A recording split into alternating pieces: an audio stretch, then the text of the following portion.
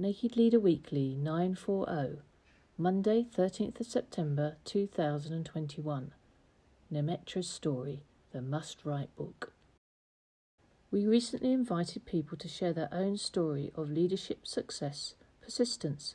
Today we have Nemetra, sharing real, painful and powerful insights into writing a book. The must-read book. Many people refer to their books as must-read type of books. But for me, my second book was a must-read book. I'm saying my second book because I wrote a book before and completely destroyed it after it was finished. Why? Because the book scared me. I have never thought I could write something so dark.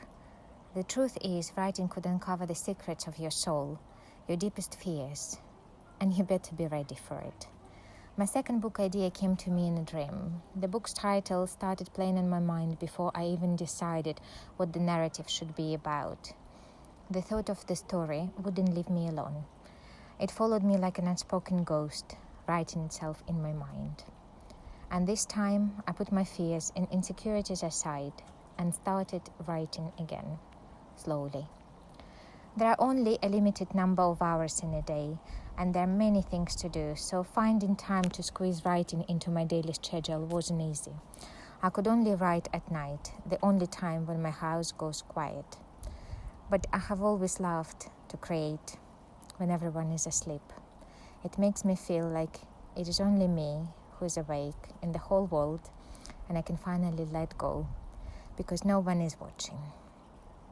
Almost 3 years later, my book is finished. Is it good? I honestly don't know.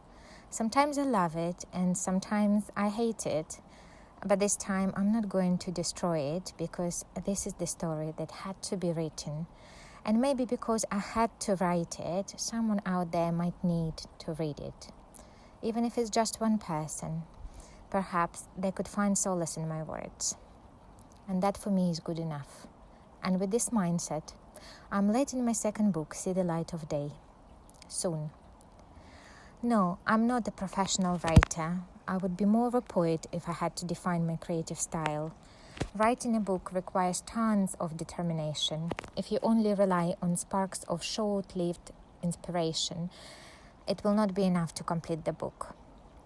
English is not my first language, and I have never ever booked a single writing course. But I was just writing, my thoughts, my ideas, my heartache, everything was pouring out of me. And it felt good to be free on paper, to allow myself to explore provocative ideas, unusual thoughts, hopes and fears. Because in our modern lives, we're not used to sharing our deepest emotions and being completely honest, even with ourselves.